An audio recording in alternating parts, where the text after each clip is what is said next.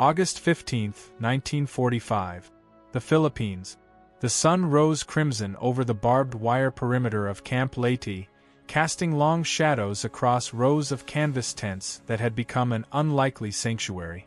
Inside Tent 17, 14 Japanese women sat on military cots, their hands folded in their laps, their eyes fixed on a small radio that crackled with static. The air was thick with humidity and the scent of antiseptic, that peculiar American smell they had come to associate with survival. Outside, the jungle hummed with insects and the distant rumble of supply trucks.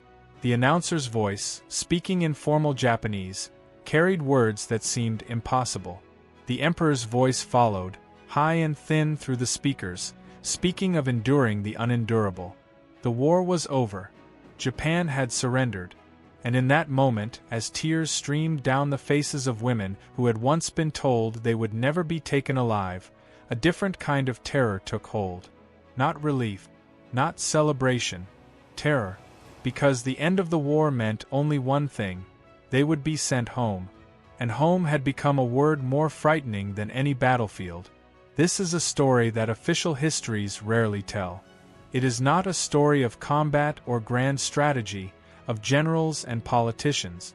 It is a story written in the quiet desperation of women who discovered, in the most unlikely circumstances, what it meant to be treated as human beings. Women who had been taught that capture meant violation and death, only to find themselves fed, clothed, and healed by the very enemy they had been ordered to fear. Women who, when liberation came at last, fell to their knees before American officers and spoke words that shattered every assumption about propaganda, about loyalty, about the nature of freedom itself. Please, they begged, in halting English learned from medical personnel and chaplains, please don't send us back. To understand why Japanese women ended up in American prisoner of war camps, and why their experiences there transformed their understanding of the world, we must first return to the beginning. Not to Pearl Harbor, but to the ideology that shaped an entire generation of Japanese citizens into willing instruments of imperial expansion. From childhood, every Japanese subject was educated in the doctrine of Kokutai, the mystical essence of the Japanese nation embodied in the divine emperor. They were taught that Japan was unique among nations, chosen by the gods to lead Asia into a new age of prosperity under Japanese guidance. They were taught that the Western powers, particularly America and Britain, were corrupt, decadent, and morally bankrupt. They were taught that white soldiers, despite their technological advantages, were fundamentally weak in spirit, undisciplined, and capable of unspeakable cruelty toward prisoners. And they were taught, perhaps most significantly, that surrender was the ultimate disgrace. A Japanese soldier who allowed himself to be captured brought eternal shame upon his family, his ancestors, and the emperor himself. Death was infinitely preferable to the dishonor of surrender. For Japanese women, these teachings carried particular weight. The military authorities who oversaw their training emphasized that female prisoners would suffer fates worse than death at the hands of American and British soldiers. They would be violated, tortured, and degraded in ways too terrible to describe. Better to take one's own life, they were told, than to fall into enemy hands. This was not merely propaganda dispensed through pamphlets and radio broadcasts. It was an article of faith, repeated by teachers and parents, by officers and priests, by every authority figure a young Japanese woman might encounter in her formative years. When Japanese forces began their retreat across the Pacific, when island after island fell to American assault, thousands of Japanese women took their own lives rather than face capture. On Saipan in July 1944, hundreds of Japanese civilians, including women and children, leaped from the cliffs at Marpy Point while American soldiers pleaded with them through loudspeakers to surrender and receive humane treatment. The bodies floated in the water for days. The Americans who witnessed this mass suicide were horrified. They could not understand what force could drive mothers to throw their children from cliffs before following them into the sea. The Japanese women who did not choose death, who found themselves in American custody through circumstance or injury or the simple instinct for survival, fully expected the nightmare they had been promised. The first hours and days of captivity were marked by paralyzing terror. They refused food, convinced it was poisoned. They turned away from American medical personnel, certain that any treatment offered was merely a prelude to violation. They sat in silence, waiting for the brutality to begin, waiting for the monsters to reveal their true nature. What happened instead would shake the foundations of everything they believed. The American military, by 1944, had developed sophisticated procedures for handling prisoners of war. The logistics were formidable. Hundreds of thousands of Japanese soldiers and civilians were falling into Allied hands as the island-hopping campaign pressed ever closer to the Japanese home island. Camps had to be established, supplies distributed, medical care provided, and intelligence gathered. The treatment of prisoners was governed by the Geneva Conventions, which the United States had signed and which military commanders were ordered to enforce. This was not merely a matter of humanitarian principle, though such principles certainly motivated many American officers and enlisted men. It was also practical strategy. Word of decent treatment would spread to Japanese soldiers still in the field, potentially encouraging surrenders and saving American lives in the process. Psychological warfare units dropped millions of leaflets over Japanese positions, promising food, water, medical attention, and safety to those who surrendered. The leaflets showed photographs of Japanese prisoners eating rice, receiving treatment for their wounds, even smiling in American camp. To Japanese soldiers and civilians who had been taught that capture meant torture and death, these images seemed too fantastical to believe. Among the first Japanese women to experience American captivity in significant numbers were military nurses. The Imperial Japanese Army and Navy employed tens of thousands of women in medical capacities throughout the war. They served in field hospitals, on hospital ships, and in rear area facilities across the Japanese Empire. As American forces swept through the Philippines, the Mariana Islands, Okinawa, and other territories, Japanese nurses were among those captured or left behind by retreating Japanese forces. Their fate became an unexpected testament to the gap between propaganda and reality. Consider the experience of a group of 17 Japanese nurses captured on Leyte in November 1944. American records described their condition at the time of capture as deplorable. They were malnourished, suffering from various tropical diseases, and in the final stages of exhaustion. They had been abandoned by their retreating unit with minimal supplies and no means of escape. When American soldiers discovered their hidden position, the nurses fully expected to be killed. Several attempted to take their own lives before they could be secured. One succeeded. The remaining 16 were transported to a medical facility established for prisoner care. What followed confounded every expectation. They were given food. Not scraps, not rotting provisions, but the same rations provided to American personnel. Rice, vegetables, meat, bread, and items they had not seen in months or years.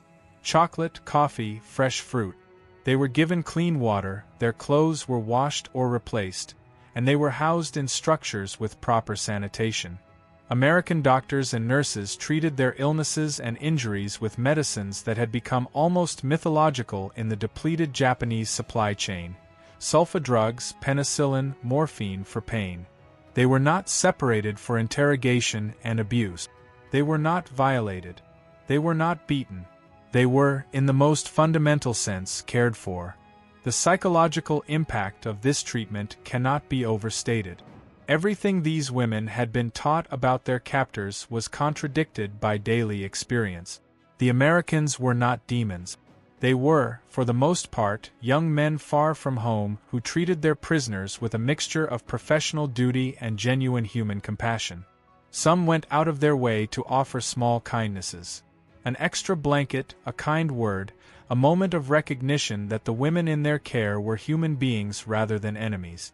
This basic decency was, for many Japanese prisoners, the most revolutionary thing they had ever encountered. The symbolic power of food in these camps cannot be overlooked. In the final years of the war, Japan was starving. American submarines had devastated Japanese merchant shipping, cutting off the home islands from the resources of the empire. Rice, the foundation of Japanese diet and culture, became increasingly scarce.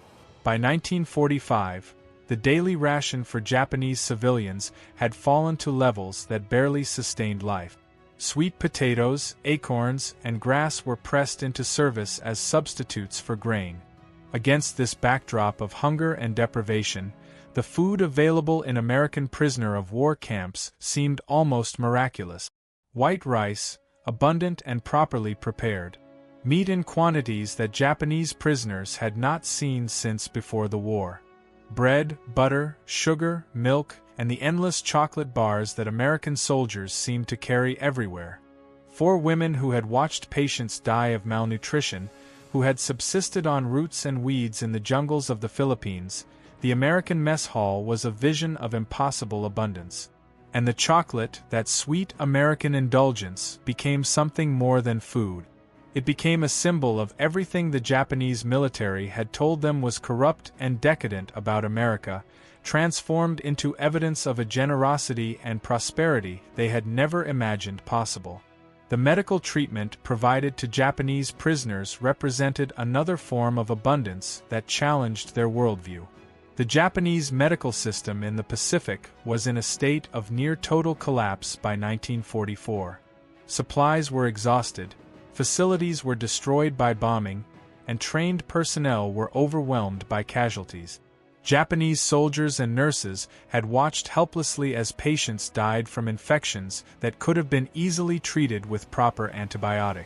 They had amputated limbs without anesthesia, closed wounds with improvised sutures, and watched the slow deaths of men and women who might have lived with proper care. In American facilities, Japanese prisoners encountered a medical infrastructure that seemed drawn from another world. Penicillin, the miracle drug of the war, was available in quantities that Japanese medical personnel found almost obscene. X-ray machines, surgical theaters, blood transfusion capabilities, specialized treatments for tropical diseases. All of this was offered to captured enemies with the same efficiency it was offered to American soldiers. The contrast was devastating to Japanese ideology. How could a nation described as morally bankrupt and spiritually weak produce such abundance? How could a people supposedly undisciplined and corrupt operate medical facilities with such professional competence? How could an enemy allegedly driven by racial hatred toward Asians treat Japanese prisoners with such basic humanity? These questions had no satisfying answers within the framework of Japanese wartime propaganda. The only conclusion available was that the propaganda had been a lie. One Japanese nurse, whose account was recorded after the war by American intelligence officers, described her transformation in simple terms. She had been taught, she said, that Americans were barbarians who would treat Japanese prisoners worse than animals. She had believed this completely. She had been prepared to die rather than face capture. And then she had been captured, and she had discovered that everything she believed was false. The Americans had saved her life. They had treated her wounds, cured her diseases, and fed her until her strength returned. They had spoken to her with respect, given her work appropriate to her training, and allowed her to retain her dignity as a woman and a medical professional. She did not know, she said, how to reconcile this experience with everything she had been taught. She only knew that she could never again believe the authorities who had lied to her so completely. This disillusionment extended beyond the simple matter of humane treatment.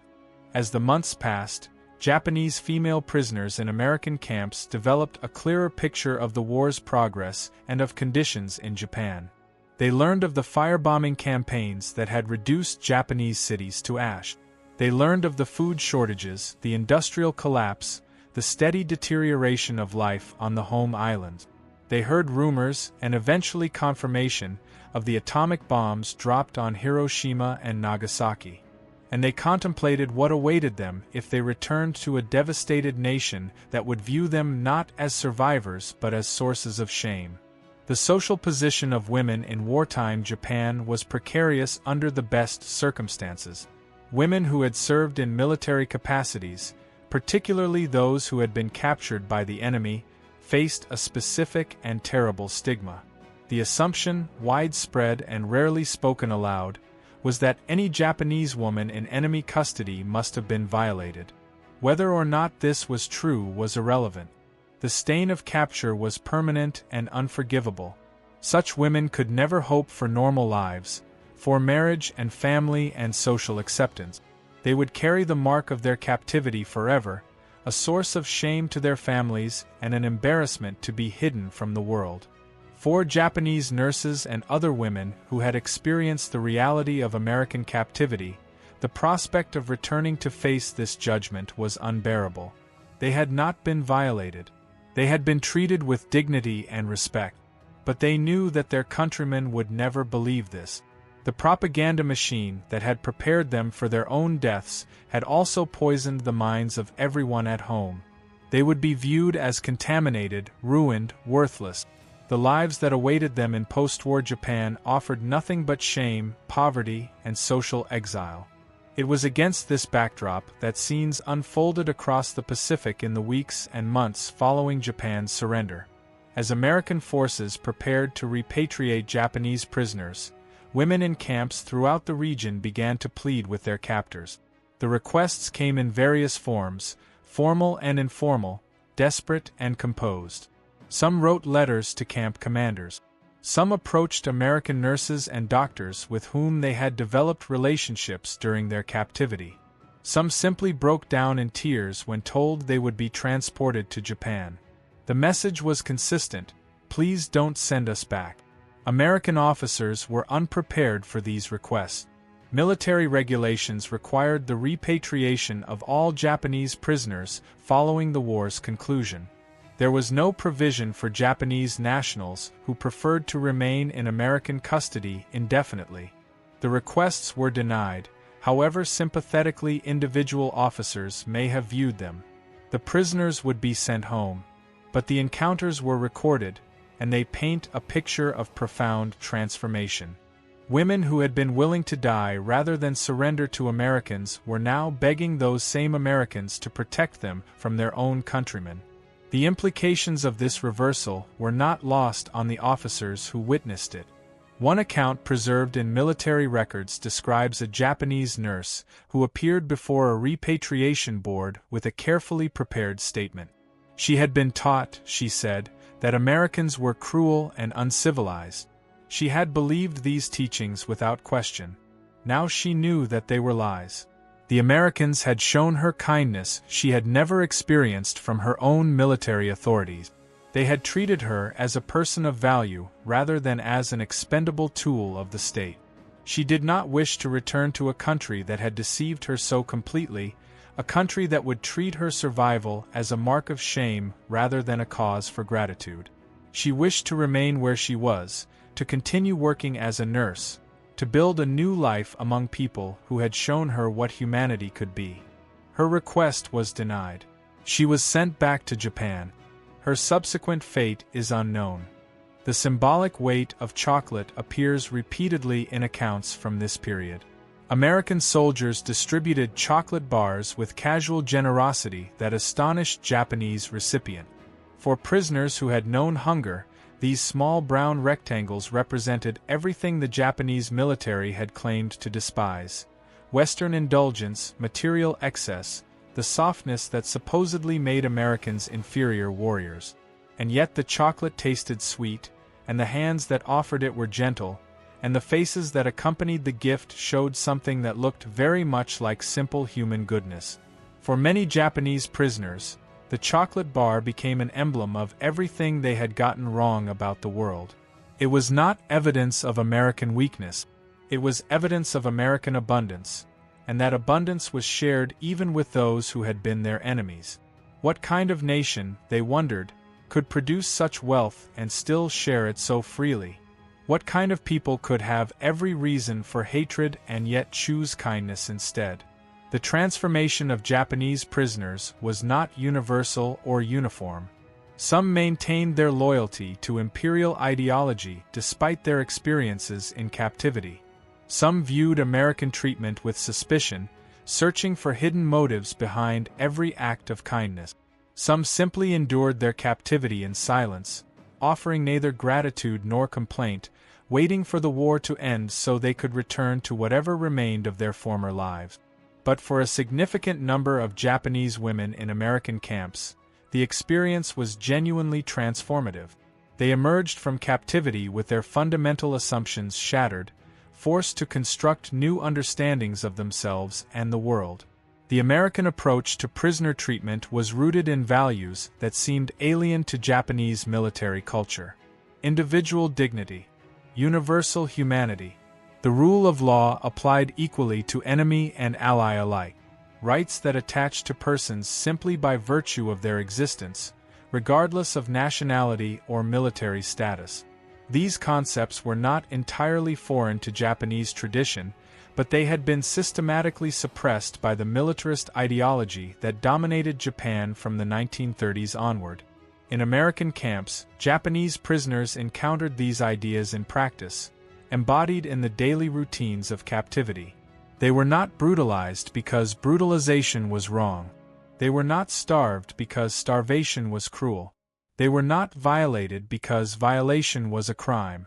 These principles, simple and profound, offered an alternative to the ideology of absolute submission and national supremacy that had governed their lives. The repatriation of Japanese prisoners proceeded through 1945 and into 1946. Millions of Japanese soldiers and civilians were transported from territories across Asia and the Pacific back to the home island. The logistics were staggering, requiring fleets of ships and months of sustained effort. Japanese women from prisoner-of-war camps were included in this massive movement of people. They returned to a Japan that had been devastated by war, its cities in ruins, its economy shattered, its population demoralized and starving. They returned to a society that viewed them with suspicion and shame, that whispered about their time in enemy hands, that offered them no recognition for their service and no sympathy for their suffering. Many of these women never spoke publicly about their experiences. The stigma of capture was too great, the social consequences too severe. They buried their memories, married if they could, built quiet lives in the margins of post-war Japan. Some carried the chocolate bars given to them by American soldiers, hoarding them as treasures long after the chocolate itself had spoiled. Others kept letters and photographs from their time in captivity, secret reminders of a period when they had been treated with unexpected kindness. A few, in later years, spoke to historians and journalists about what they had experienced. Their testimonies form a fragmentary record of transformation, of women who encountered an enemy and found instead a mirror that reflected everything wrong with the ideology they had been taught to embrace. The American soldiers and medical personnel who staffed these camps rarely understood the full significance of their actions. They were doing their jobs, following regulations, treating prisoners according to the standards they had been trained to uphold. Few recognized that every meal served, every wound treated, every moment of basic human decency was delivering a devastating blow to the Japanese propaganda machine. They did not know that women who had been prepared to leap from cliffs rather than face capture were instead discovering that capture could mean salvation. They did not know that chocolate bars and clean bandages and kind words were teaching lessons more powerful than any military victory. They simply did what they believed was right, and in doing so, they changed lives in ways that would resonate for decades. The story of Japanese female prisoners who begged not to be sent home challenges simple narratives about the Second World War. It is not a story of Japanese villainy and American virtue, though American treatment of prisoners was indeed more humane than Japanese treatment of theirs. It is not a story of propaganda defeated by truth, though the falsehood of Japanese wartime ideology was indeed exposed by the reality of American captivity. It is, at its core, a story about the power of simple human decency, applied consistently over time, to transform even the most deeply held belief. It is a story about women who discovered, in the most unlikely circumstances, what it meant to be treated as human beings rather than as instruments of state power. And it is a story about the terrible irony of liberation, that for some, the end of captivity meant returning to a prison far more oppressive than any camp. August 1945 gave way to September, and September to the years of occupation and reconstruction. Japan transformed itself from a militarist empire into a democratic nation, though the process was gradual and the transformation incomplete. The women who had begged to remain in American camps were absorbed back into Japanese society, their experiences unrecorded, their pleas forgotten. But the questions their stories raise persist. What do we owe to those we have defeated? How does the treatment of the powerless reflect upon those who hold power? And what happens when propaganda collides with reality, when everything a person has been taught is contradicted by what they experience with their own senses? The chocolate bars are long since gone, melted and consumed and forgotten. The camps have been dismantled, the records filed away in archives that few researchers visit. The women themselves have passed, taking their memories with them into silence. But their story endures as a testament to the unpredictable power of compassion. They were taught to fear Americans. They were taught that surrender meant death or worse. They were taught that their own lives mattered less than the honor of the nation. And then they encountered something their teachers had never anticipated, the simple experience of being treated well. It broke something inside them, the cage of ideology that had contained their understanding of the world. And when that cage broke, they saw clearly for the first time. They saw that they had been lied to. They saw that they had been used. And they saw, with terrible clarity, that the society to which they would be returned would never acknowledge the truth of their experience. Please don't send us back. The words echo across decades, a plea that went unheard and unanswered. They returned, those women who had discovered what kindness felt like, returned to shame and silence and lives diminished by stigma. But they carried with them a secret knowledge, an understanding that could never be taken away. They knew what they had experienced. They knew how they had been treated, and they knew, with the certainty of lived experience, that the world contained possibilities their masters had never wanted them to imagine. In the chocolate bars shared by American soldiers, in the medicine that healed their wounds, in the simple dignity of being treated as human beings, they had glimpsed something precious. They had glimpsed freedom. Not the freedom of movement or choice, which they lacked as prisoners, but a deeper freedom, the freedom that comes from encountering truth after a lifetime of lies. It is a freedom that cannot be given or taken by any government. It can only be discovered, painfully and slowly, through the collision of belief and reality. The Japanese women who pleaded to remain in American custody were not traitors to their nation. They were, in their way, among its most honest citizens. Honest enough to admit when everything they had believed was wrong, honest enough to prefer the kindness of former enemies to the cruelty of their own countrymen, honest enough to speak forbidden truths when speaking such truths carried terrible consequences. Their voices deserve to be heard, not as curiosities of history, but as witnesses to a profound and uncomfortable truth about the human capacity for both deception and redemption. They were deceived by their own leaders, prepared to die for lies dressed as sacred truths. And they were redeemed, not by any grand gesture or dramatic liberation, but by the accumulated weight of small kindnesses from people who had every reason to treat them harshly. In the end, this is not a story about the Second World War. It is a story about what happens when ideology encounters reality, when human beings are stripped of their propaganda and confronted with simple experience. It is a story about the fragility of belief and the resilience of truth. And it is a story about the extraordinary power of ordinary decency, the way that kindness freely given can shatter walls that seemed impregnable, can speak louder than any rhetoric, can transform enemies into something closer to friends. The women who begged not to be sent back learned this lesson in the most unlikely classroom imaginable. They learned it from soldiers they had been taught to hate, in camps where they expected to die, eating chocolate they had been told was poisoned. And what they learned, though it brought them no comfort and earned them no recognition, was nothing less than the truth. It was a truth that tasted sweet, like American chocolate, and it nourished them even when everything else had been taken away.